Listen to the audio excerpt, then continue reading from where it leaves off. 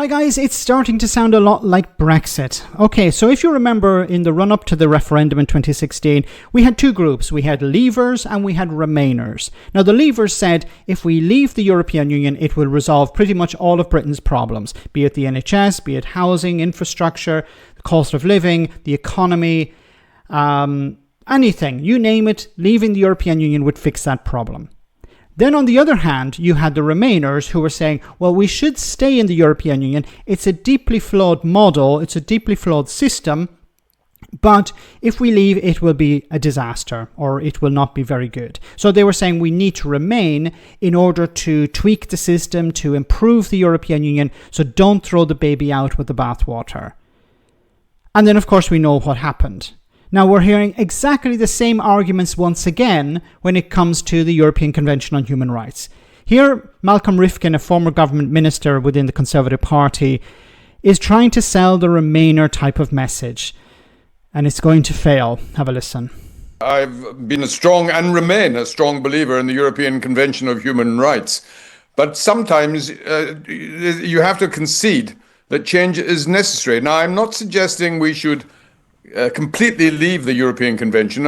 I agree with what David Blunkett and Jack Straw have been saying. I think the proper approach is to suspend our recognition of the European Convention so far as it affects questions of illegal migration. So that's a much more limited matter, but that's the one where we have a national crisis. And what do you think that would achieve? It's now getting increasingly recognized, not just in the United Kingdom, that the European Court of Justice, or the European Court which implements the convention, the judges on that have been interpreting the European Convention written after the Second World War in a way that was never intended. Several governments have indicated the time has come to modernize the terms of the convention. The problem, of course, is that can't just be done overnight. Even if there was agreement that should be done, it first of all requires unanimity. It would take years to achieve. And we just don't have that kind of time.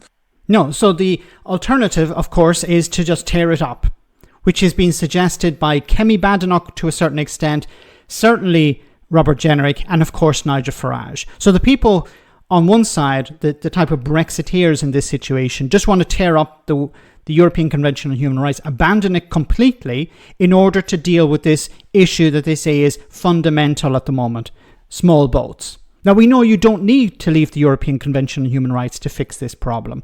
If you create safe routes, you will stop the boats. And remember, the boat crossings represent about 3%, 3 or 5%, a small percentage of overall migration. If you want to stop putting people in hotels, you can do that by processing the claims faster, so you can keep people in detention centres instead of putting them in ex-hotels. You can put them into regular accommodation either. There are levers that the UK government can use to deal with this crisis, if they want to call it a crisis. But they're not doing that. And unfortunately, on the other side, like in the Brexit debate, you have people saying, well, maybe we can tweak it a bit, maybe we can exit ourselves from parts of it, and this is just going to fuel more and more rhetoric for the likes of Nigel Farage, who said, look, you know, the Remainers tried, but they didn't succeed. It didn't work. Because it's not the responsibility, we can't put the responsibility on the ECHR. The responsibility lies with the British government when it comes to migration. They have the ability to deal with this. But it's about offloading responsibility onto somebody else. Like with the European Union during Brexit, all of our problems, it's the EU's fault. And then people realised, actually, it's not the EU's fault, it's the British government's fault. If they're not building enough houses, if they're not providing people with decent quality of living, if they're not supporting the NHS sufficiently. Once again, a scapegoat has been found.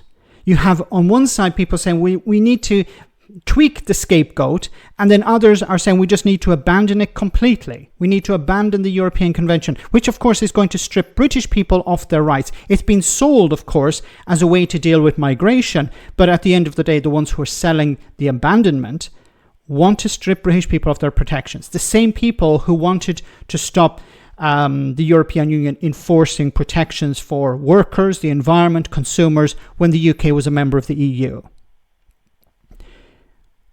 I said in the past that I didn't think that the UK would leave the European Convention because it would be insane, because it would create so many problems. And now, as I said at the beginning of this video, it's starting to sound a lot like Brexit. Let me know in the comment section, guys, what you think, and I'll see you in the next video.